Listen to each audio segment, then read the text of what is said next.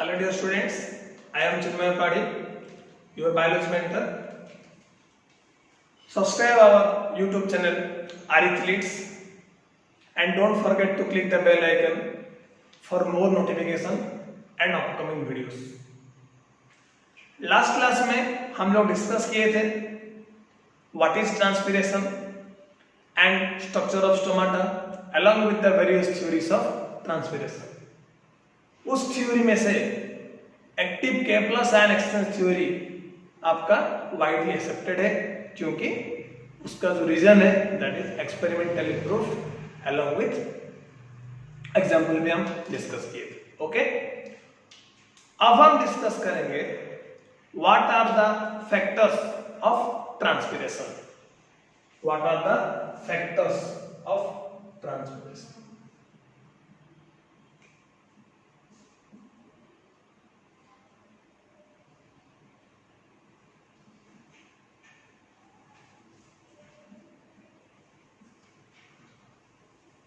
Clear? Factors की बात में अगर हम डिस्कस करेंगे तो दो टाइप के फैक्टर है। पहला वाला जो है that is external factor and दूसरा वाला जो है दैट इज इंटरनल फैक्टर।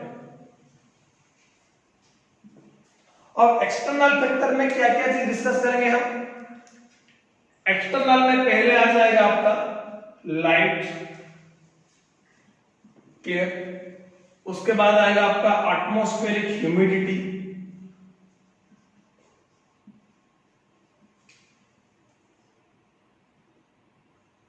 उसके बाद आएगा आपका टेम्परेचर। क्लियर? ये सब हम डिटेल में डिस्कस करेंगे।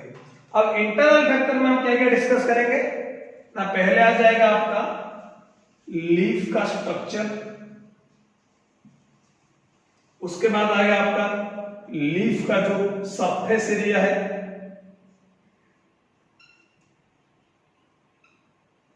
क्लियर? उसके बाद आ जाएगा आपका number of stomata.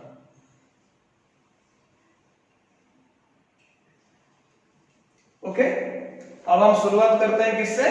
That is external factor light.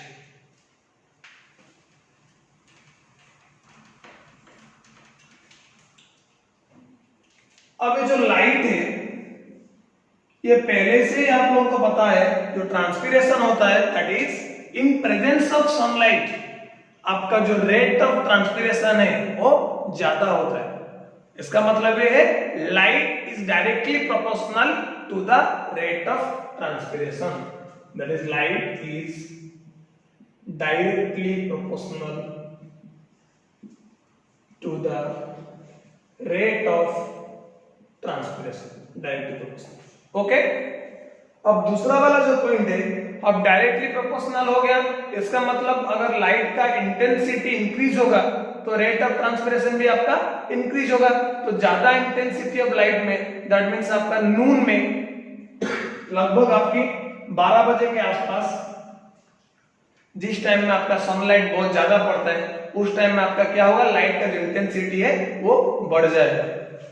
उस टाइम में आपका रेट ऑफ ट्रांसपिरेशन ज्यादा होगा। क्यों ज्यादा होगा रेट ऑफ ट्रांसपिरेशन? क्योंकि उस टाइम में आपका सनलाइट बहुत ज्यादा बढ़ जाता है। अब जब धीरे धीरे आपका सनलाइट कम होते जाता है उस हिसाब से आपका रेट ऑफ ट्रांसपिरेशन भी कम होते जाता है। क्लियर? समझ में आ गया लाइट का क्या इंपैक्ट रेट ऑफ ट्रांसपिरेशन में। अब दूसरा क्या है आपका? ह्यूमिडिटी। ह्यूमिडिटी यहां पे समझने वाला चीज क्या है? अब देखिए लीफ के अंदर भी आपका वाटर वेपर रहता है, हाँ कि ना? अब ह्यूमिड अगर होगा, आउटसाइड का जो एनवायरमेंट है, आउटसाइड का एनवायरमेंट अगर आपका ह्यूमिड हो गया, अगर ह्यूमिडिटी ज्यादा है तो आपका बाहर में क्या होगा? एटमॉस्फेयर में आपका जो वाटर वेपर है, एटमॉस्फेयर में वाटर वेपर है वो बहुत ज्यादा रहेगा। वाटर वेपर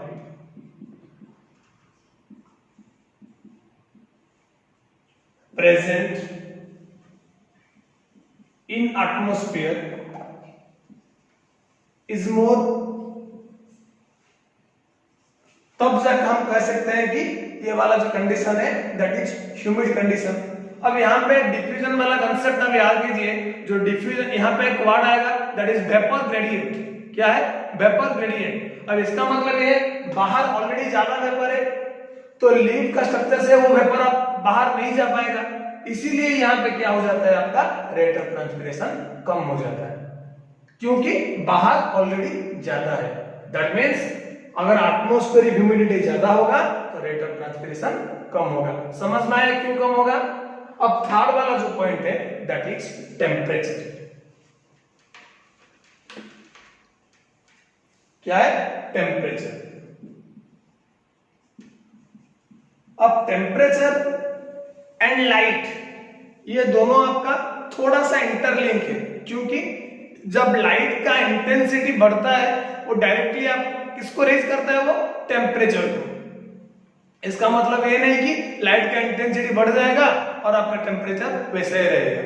टेम्परेचर थोड़ा सा आपको डायरेक्टली लिंक करता है किसके साथ? लाइट के साथ। तो ये भी वाला कंसेप्ट आपका लाइट के साथ एकदम मैच कर जाएगा। आपका रेट ऑफ ट्रांसपिरेशन ज्यादा होगा जब आपका टेम्परेचर ज्यादा होगा। टेम्परेचर अगर आप इंक्रीज करते हैं तो रेट ऑफ ट्रांसपिरेशन आपका ज्यादा हो जाता है। लेकिन यहाँ पे एक और चीज आपको नोटिस में रखना पड़ेगा, लाइट का इंटेंसिटी हम हाई करते हैं तो रेट ऑफ ट्रांसपिरेशन हाई होता है, लेकिन अगर हम टेम्परेचर बहुत ज्यादा कर देंगे उस हिसाब से आपका रेट ऑफ ट्रांसपिरेशन ज्यादा होगा, लेकिन एक पॉइंट में वो स्टॉप हो जाएगा। दैट पॉइंट को हम क्या बोलते हैं? विल्टिंग। क्या बोलते हैं? विल्टिंग। वो फिनोमेना क्या है विल्टिंग का मैं बताता हूं। अब समर सीजन में आप लोग गौर किए होंगे, रोड के किनारे में जितने पेड़ है वो काफी सारा पेड़ में आपका क्या है? पत्ता नहीं रहता है, एकदम सूख जाता है पेड़। उस कंडीशन को हम क्या बोलते हैं? विल्टिंग। क्यों ना? उस कंडीशन में क्या होता है आपका रेट ऑफ ट्रांसपिरेशन इतना ज्यादा हो जाता है कि आपका वाटर अब्जॉर्प्शन नहीं हो पाता है। वाटर अब्जॉर्प्शन आपका नहीं हो पाता है। अगर वाटर अब्जॉर्प्शन नहीं होगा, सिर्फ ट्रांसपिरेशन ही कंटिन्यूअसली चलता रहेगा तो क्या होगा? अल्टीमेटली आपका प्लांट का डेथ हो जाएगा। तो विल्टिंग क्या करता है आपका, अगर बहुत देर तक विल्टिंग कंडीशन रहा प्लांट में तब प्लांट का अल्टीमेटली डेथ हो जाता है। समझ में आया ये वाला फिनोमेनन? और लाइट और टेम्परेचर में क्या डिफरेंस है? टेम्परेचर अगर ज्यादा हो गया that leads to wilting. Clear? अब हम जाएंगे इंटरनल फैक्टर में। इंटरनल फैक्टर में आपका पहले क्या आ जाएगा? लीफ का जो स्ट्रक्चर है। इंटरनल फैक्टर में पहले क्या आएगा आपका? लीफ का स्ट्रक्चर। अब ये लीफ का स्ट्रक्चर और ये जो लीफ का सरफेस एरिया है मैं दोनों एक ही पॉइंट में आपको बता देता हूं। अब लीफ का स्ट्रक्चर इसका मतलब क्या है? आपका जो स्टोमाटा है, आपके जो मोनोकोट एंड डाइकोट दोनों टाइप के लीफ है। स्टोमाटा के डिस्ट्रीब्यूशन में मैं पहला था क्या? डर्सीवेंट्रल स्टोमाटा और डर्सीवेंट्रल जो लीफ बोलते हैं कि हम आइसोवेंट्रल बोलते हैं, आइसोलेटरल।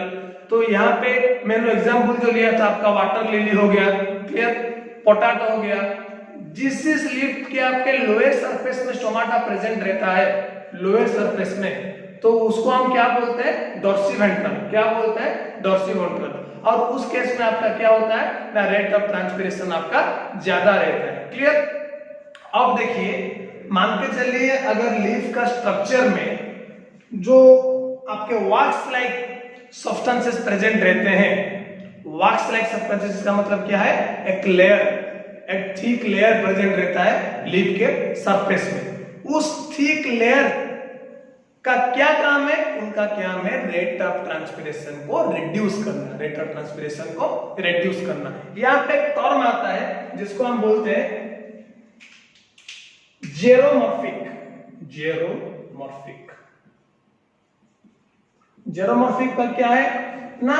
जो लीफ का स्ट्रक्चर वो कुछ चेंजेस इनमें करते हैं ताकि रेट ऑफ ट्रांसपिरेशन रिड्यूस हो।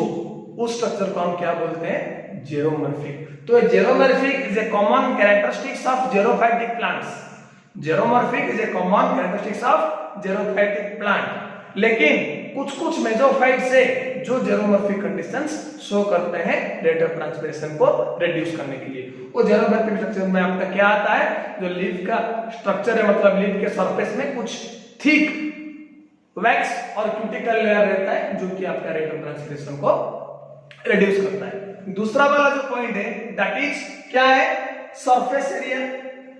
तो सरफेस एरिया अगर लीफ का ज्यादा होगा, जैसे मैं पहले ही बोला था broad flat leaf like structure, that means यहां पे आपका सरफेस एरिया बहुत ज्यादा मिलता है, तो उस हिसाब से आपका रेट ऑफ ट्रांसपिरेशन ज्यादा होता है। अगर सरफेस एरिया कम हो जाएगा, छोटे लीफ में आपका क्या होगा, कंपैरेटिवली लार्जर लीफ से आपका रेट ऑफ ट्रांसपिरेशन कम हो जाएगा।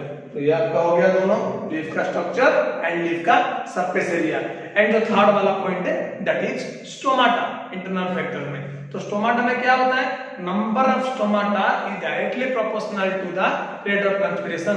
अगर मान के चलिए पर सेंटीमीटर स्क्वायर में आपका कितना स्टोमाटा प्रेजेंट है per unit time, that is known as stomatal frequency. तो अगर स्टोमाटल फ्रीक्वेंसी ज्यादा होगा तो आपका रेट ऑफ ट्रांसपिरेशन भी ज्यादा होगा। क्लियर, इतना हो गया आपका ट्रांसपिरेशन। अब जो नेक्स्ट वाला पॉइंट हम डिस्कस करेंगे that is guttation. Clear, transpiration समझ में आ गया सबको, फैक्टर्स भी। अब गटेशन, गटेशन क्या है ना, ये जो फिनोमेना है ये आपका डायरेक्टली लिंक करता है वाटर स्टोमाटा को। वाटर स्टोमाटा किसको बोलते हैं हम, हाइड्राथोर्स। एक स्पेशल टिश्यू है जिसको हम बोलते हैं हाइड्राथोर्स। तो गटेशन का पहले हम डेफिनेशन की ओर गौर करें, क्या है guttation. Guttation is nothing, it is the loss of water in the form of liquid, in the form of liquid through a specialized tissue, through a specialized tissue known as हाइड्राथोर्स, known as हाइड्राथोर्स। Clear. अब ये हाइड्राथोर्स का काम क्या होता है, like stomata हाइड्राथोर्स are also openings, but इनका एक difference है स्टोमाटा के साथ। क्या होता है ना, स्टोमाटा क्या होता है आपका मैकेनिज्म रहता है इसका ओपनिंग एंड क्लोजिंग का, बट हाइड्राथोर्स का वैसा कुछ मैकेनिज्म नहीं है। They remain open 24 hours, that means उन लोगों का क्लोज होने का कोई मैकेनिज्म ही नहीं है, वो कंस्टेंटली ओपन रहते। तो कहां पे हाइड्राथोर्स प्रेजेंट रहता है, नहीं, हाइड्राथोर्स are present in herbaceous plants in the leaf margin, leaf के मार्जिन के एंड में ये लोग हाइड्राथोर्स क्या प्रेजेंट रहता है।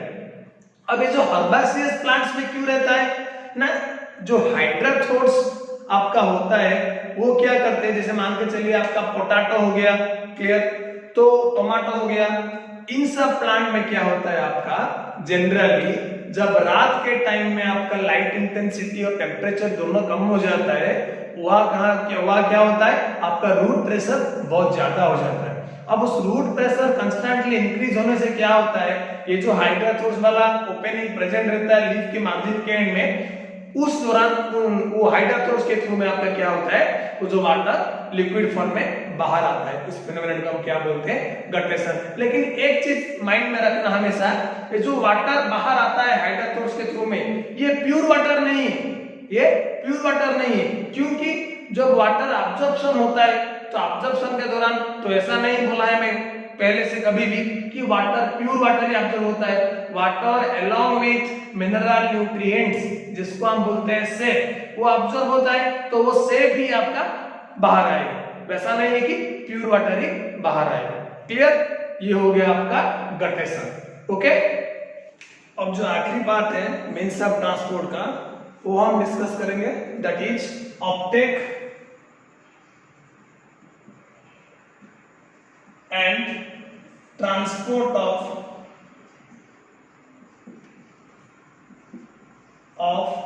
mineral nutrients.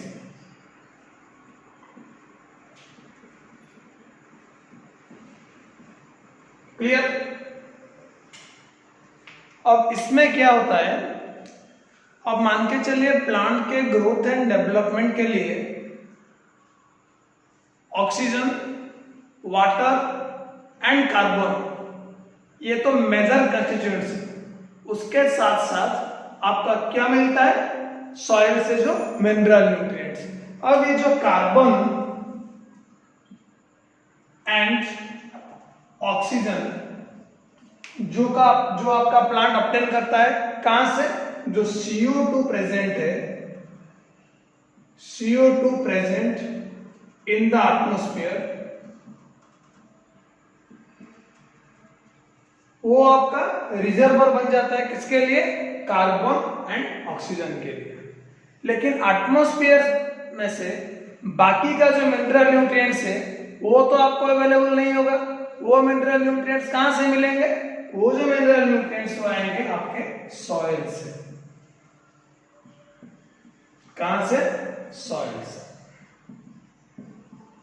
अब ये जो मिनरल न्यूट्रिएंट्स है, यहां पे मैं पहले से ही बोला था क्या, जो आपका मैकेनिज्म है, ट्रांसपोर्ट मैकेनिज्म में एसेंड अप सेट में बोला था कि वाटर के साथ साथ मिनरल न्यूट्रिएंट्स आपका ऑटोमेटिकली मूव हो जाता है। लेकिन कुछ मिनरल न्यूट्रिएंट्स से जो अलोंग विथ वाटर मूव नहीं कर सकते हैं, लेकिन उनको प्लांट के रूट सेल तक या फिर लीफ हो गया या फिर स्टेम हो गया, वहां तक पहुंचना बहुत जरूरी है। क्लियर। अब ये सब चीज हम क्या करेंगे, दो पार्ट में डिवाइड करके डिस्कस करेंगे। पहला वाला जो पार्ट है that is Uptake of mineral nutrients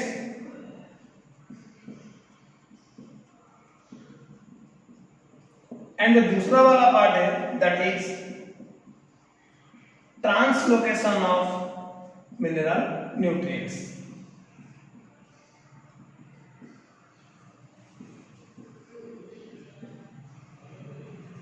clear. अब अपटेक में कहां तक डिस्कस करेंगे एंड ट्रांसलोकेशन में हम कहां तक डिस्कस करेंगे।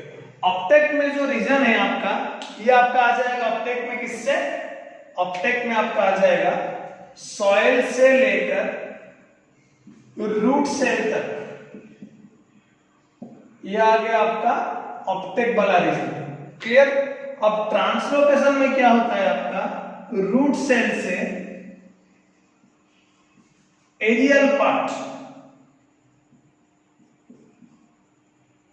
ये आ जाएगा आपका ट्रांसलोकेशन ऑफ मिनरल न्यूट्रिएंट्स में। क्लियर। अब हम पहला वाला पार्ट जो है that is Uptake of mineral nutrients discuss करेंगे। ओके। अब अपटेक में क्या होता है, जैसे मान के चलिए आपका जो मिनरल न्यूट्रिएंट्स है वो पहले से हमको मालूम है सॉइल में प्रेजेंट है। The mineral nutrients present in the soil must have to reach to the root cell। तो ये दो तरीके से आता है। पहला वाला क्या, आपका जो मिनरल न्यूट्रिएंट्स है सॉइल में उनका कंसंट्रेशन कम है, किसके कंपैरिजन से, रूट सेल के कंपैरिजन से। तो पहला वाला क्या है, the concentration of mineral nutrients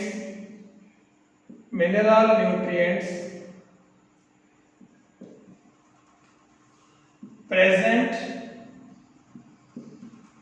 in the soil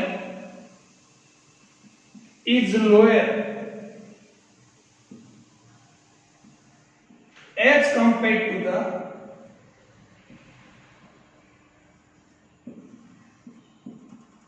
mineral present in the root cell। Okay.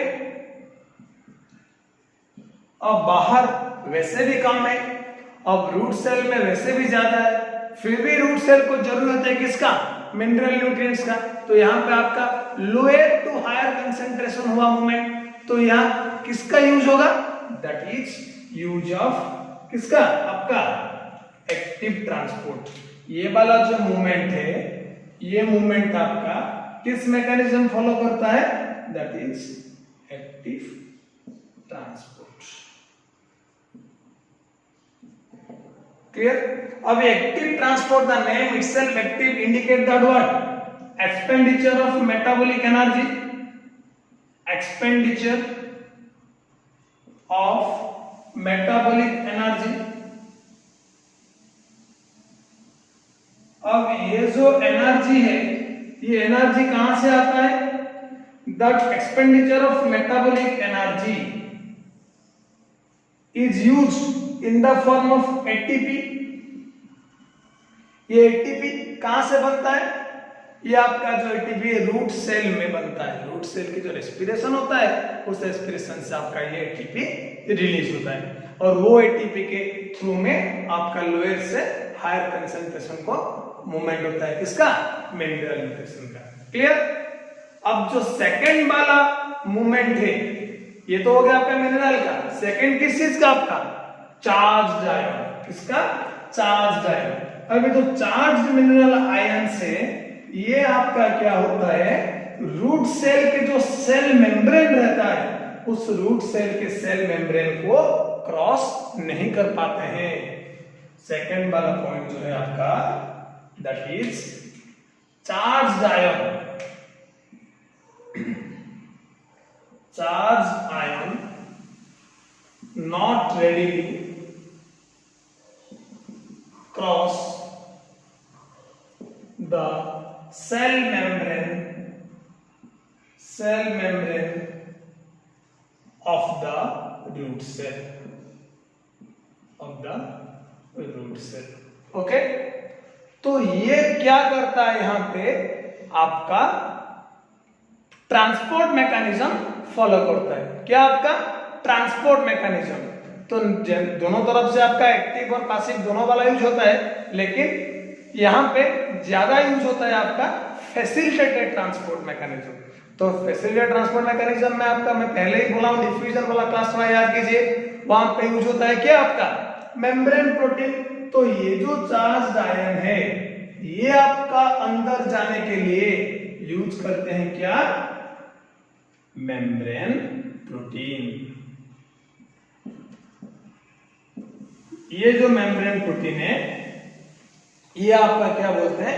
इधर कैरियर प्रोटीन के थ्रू काम करते हैं या फिर टनल प्रोटीन के थ्रू आपका काम करते हैं। तो वो उसी हिसाब से उस रास्ते देकर आपके रूट सेल तक पहुंच जाते हैं। क्लियर? अब इतना आपका हो गया क्या? अपटेक वाला दिशा। अब रूट सेल तक आ गया मिनरल न्यूट्रिएंट्स। अब रूट सेल से कहां तक जाएगा? वो एरियल पार्ट। तो वो वाला मैकेनिज्म हम दूसरे पार्ट में डिस्कस करेंगे। मैं पहले ही बोला था। तो दूसरा वाला पार्ट क्या है आपका? Translocation of mineral nutrients. Translocation का मीनिंग क्या है? एक जगह से दूसरे जगह को ट्रांसलोकेट होना। ओके, अभी हम डिस्कस करेंगे क्या? Translocation of mineral nutrients.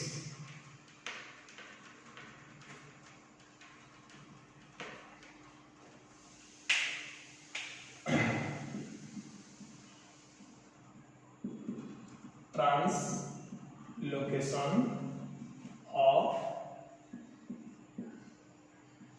Mineral nutrients. Okay, अब ये ट्रांसलोकेशन में आपका नॉर्मली कौन से एलिमेंट का काम आता है? That is xylem elements.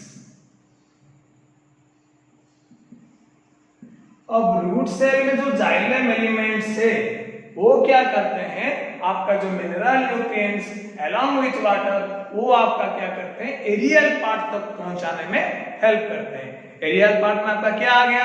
Stem, leaf, ये सब आपका आ गया एरियल पार्ट में। स्टेम, लीफ, फ्रूट्स, वहां तक जो मिनरल न्यूट्रिएंट जाता है, किसके थ्रू में जाता है? जाइलम के थ्रू में जाता है। तो यहाँ पे जाइलम के थ्रू मूवमेंट होने में कौन सा मैकेनिज्म फॉलो करते हैं वो? That is transpiration pull. आपका जो ट्रांसपीरेशन के दौरान जो सक्शन प्रेशर जनरेट होता है एरियल पार्ट में, वो सक्शन प्रेशर क्या है ना, वो बहुत होता है, ताकि वो जितना प्रेशर वहां पे जनरेट होता है वो बहुत ज्यादा होता है, वो आराम से इजीली आपके जाइलम से अप टू एरियल पार्ट तक आपका mineral nutrients along with water पहुंचा देता है। क्लियर, समझ में आया। अब यहाँ पे और एक चीज मैं बोलता हूँ, वो थोड़ा ध्यान में सुनना है। एनसीईआरटी के लास्ट वाला 2-3 लाइन में वो लिखा है पहले से ही। क्या है वो? मिनरल न्यूट्रिएंट्स जो आपका है वो फ्रीक्वेंटली रीमोबिलाइज्ड है। आपका जो मिनरल न्यूट्रिएंट्स है, mineral nutrients are frequently remobilized, frequently remobilized from the senescing organs. अब सेनेसिंग ऑर्गन में मतलब क्या है ना, ये आपका जो सेनेसिंग ऑर्गन है, मान के चलिए कि अगर किसी भी प्लांट का अगर पत्ता झड़ने लग जाता है या उसका जो डेथ हो जाता है पर्टिकुलर पार्ट का, उसको हम बोलते हैं क्या?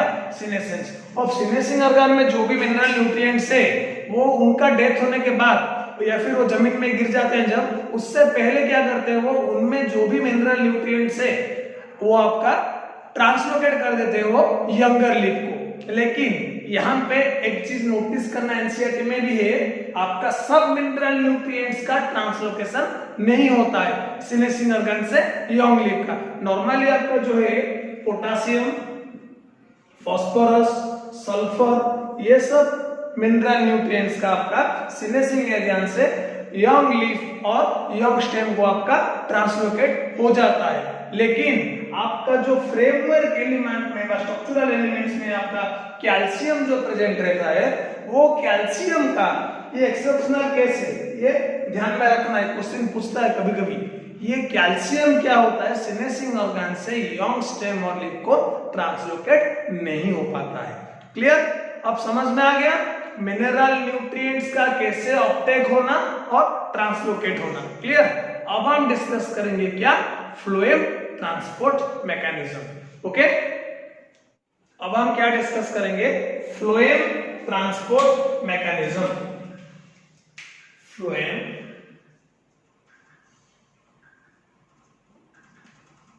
Transport mechanism. इसमें क्या होता है, आपका जो मूवमेंट होता है दैट इज सोर्स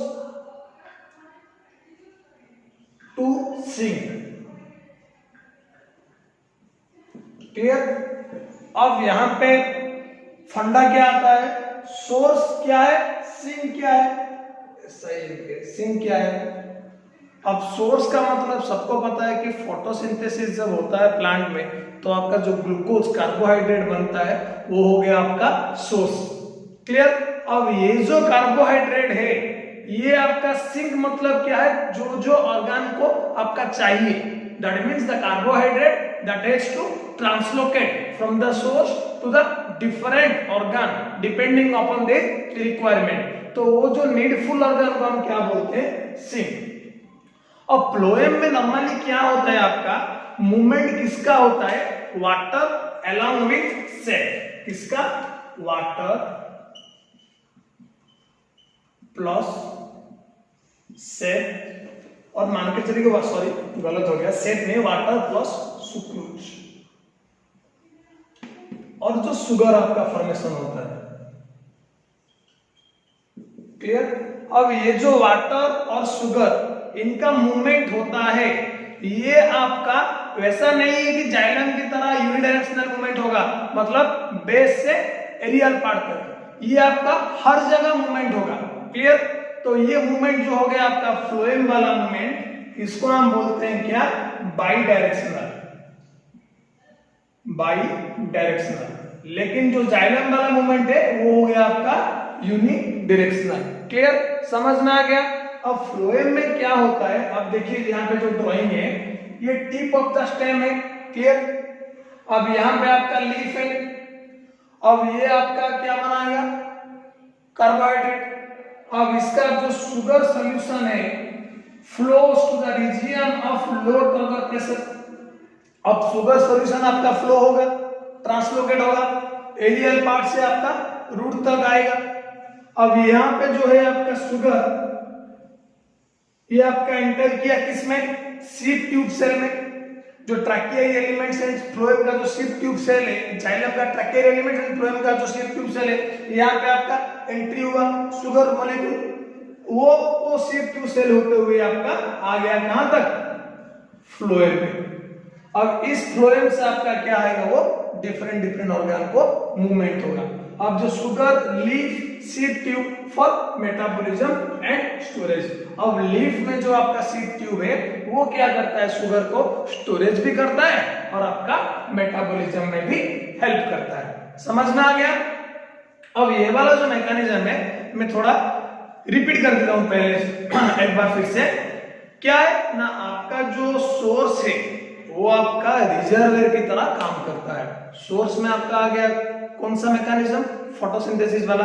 उस फोटोसिंथेसिस में आपका बना कार्बोहाइड्रेट ग्लूकोज, वो कार्बोहाइड्रेट आपका प्लांट ग्रोथ एंड डेवलपमेंट के लिए चाहिए, तो डिफरेंट ऑर्गन को फ्लोएम के थ्रू में मूवमेंट होता है। वैसा नहीं है कि सिर्फ आपका ग्लूकोज का ही मूवमेंट होता है, along with glucose molecule phloem also help in the transport of different growth hormones। वो जो ग्रोथ हार्मोन है, वो ग्रोथ हार्मोन आपका फ्लोएम के थ्रू ही आपका डिफरेंट ऑर्गन के पास पहुंचता है। और दूसरा चीज जो है, ये जो मूवमेंट है उसका बाई डायरेक्शनल है। तो बाई डायरेक्शनल का और एक एग्जांपल मैं देता हूं। अब देखिए रूट का जो सेल है, रूट सेल में पहले से ही आपका कुछ शुगर मॉलिक्यूल या कार्बोहाइड्रेट पहले से मौजूद रहता है।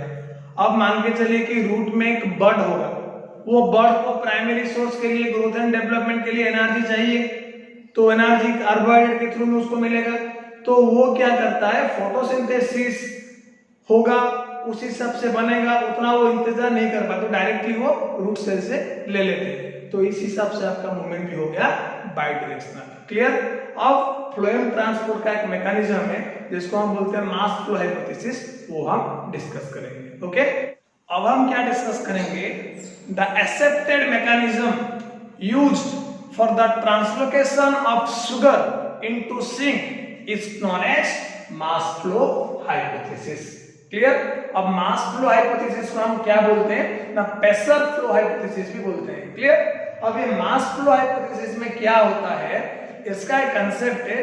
अब फोटोसिंथेसिस में रॉ मटेरियल क्या बना, दैट इज ग्लूकोज। अब ये ग्लूकोज कन्वर्ट होता है किसको, सुक्रोज को। ग्लूकोज है आपका एक मोनोसैकेराइड, सुक्रोज हो गया आपका डाइसैकेराइड। तो ये जो सुक्रोज है क्या है, फॉर्म ऑफ शुगर। अब ये शुगर और सुक्रोज एंट्री करते, जो ड्राइंग में पहले से ही किया था, मिटा दिया हूं, वो ड्राइंग में मैं बोल दिया था कि वो शुगर क्या होता है, एंट्री होता है फ्लोएम का सीप ट्यूब सेल। क्लियर। अब उस सीप ट्यूब सेल में एंट्री होने के बाद एक प्रेशर ग्रेडियंट बनता है, वो प्रेशर ग्रेडियंट से वो सारे ऑर्गन तक मूवमेंट होता है। अब देखो यहां मैं पहले से लिख चुका हूं, the movement of sugar in the phloem कहां पे बिगिन होता है, begin at the source, that means photosynthesis में जो बना। अब वो शुगर क्या होता है, लोडेड इनटू ए सीप ट्यूब। वो शुगर जो बन गया उसको लोड हुआ किसमें, सीप ट्यूब में। अब जो loading of phloem sets of A water potential gradient. अब जब सीप ट्यूब सेल में लोड हो गया शुगर, वो क्या किया, ग्रेडियंट जनरेट किया, जिसको हम क्या बोलते हैं, water potential gradient, that facilitates the mass movement in the phloem. ये जो ग्रेडियंट ये फैसिलिटेट करता है आपका फ्लोएम में मास मूवमेंट का। समझ में आ गया। इसीलिए हम इसको क्या बोलते हैं, mass flow hypothesis. As hydrostatic pressure in the phloem sieve tube increases, जब आपका हाइड्रोस्टैटिक प्रेशर इंक्रीज हुआ फ्लोएम सीप ट्यूब में, pressure flow begins and the sap move from the phloem. तो आपका क्या हुआ, प्रेशर फ्लो शुरुआत हुआ और ये आपका शेप का मूवमेंट करना शुरू किया, कहां से, फ्लोएम से। इसको हम मैकेनिज्म को क्या बोलते हैं, मास फ्लो हाइपोथेसिस। आज के वीडियो में हम क्या क्या डिस्कस किए, पहले हम डिस्कस कर दिए फैक्टर ऑफ ट्रांसपिरेशन, दूसरे वाले पार्ट में हम डिस्कस किए क्या, आपका गटेशन, फिर आ गया आपका फ्लोएम ट्रांसपोर्ट मैकेनिज्म, जिसमें हम डिस्कस किए, सॉरी एक पार्ट छोड़ दिए, Uptake and translocation of mineral है। उसके बाद आपका आ गया फ्लोएम ट्रांसपोर्ट मैकेनिज्म, जिसमें हम डिस्कस किए मास फ्लो हाइपोथेसिस। इतना हो गया आपका chapter 1 that is means of transport completed. Chapter 1 का जितना भी आपका जो क्वेश्चंस में ऐड किया हूं यूट्यूब के चैनल में नीचे एक लिंक देके, वो क्वेश्चन सब आप लोग थरोली उस क्वेश्चन को देखो एक बार, फिर समझने की कोशिश करो। अगर कुछ डाउट आता है तो हमारा जो यूट्यूब चैनल टेलीग्राम लिंक है डिस्कशन हब आरिफ करके, उस टेलीग्राम में आप पूछ सकते हैं, ठीक है। अब हमारा एक ऑनलाइन एग्जाम होगा। ऑनलाइन एग्जाम में आप लोगों का जितना चैप्टर 1 में जितना भी वीडियो में कंप्लीट किया और क्वेश्चन दिया हूं वो सबको एक मिला के हम एक एग्जाम करेंगे, ऑनलाइन एग्जाम। उसका नोटिफिकेशन भी आप लोगों को मिल जाएगा। ऑनलाइन एग्जाम में चैप्टर 1 तक का आपका क्वेश्चन मैं पूछूंगा। Clear? Thank you for watching this video. Don't forget to subscribe our channel Arif leads and don't forget also to hit the bell icon for more notifications about our upcoming videos. Thank you.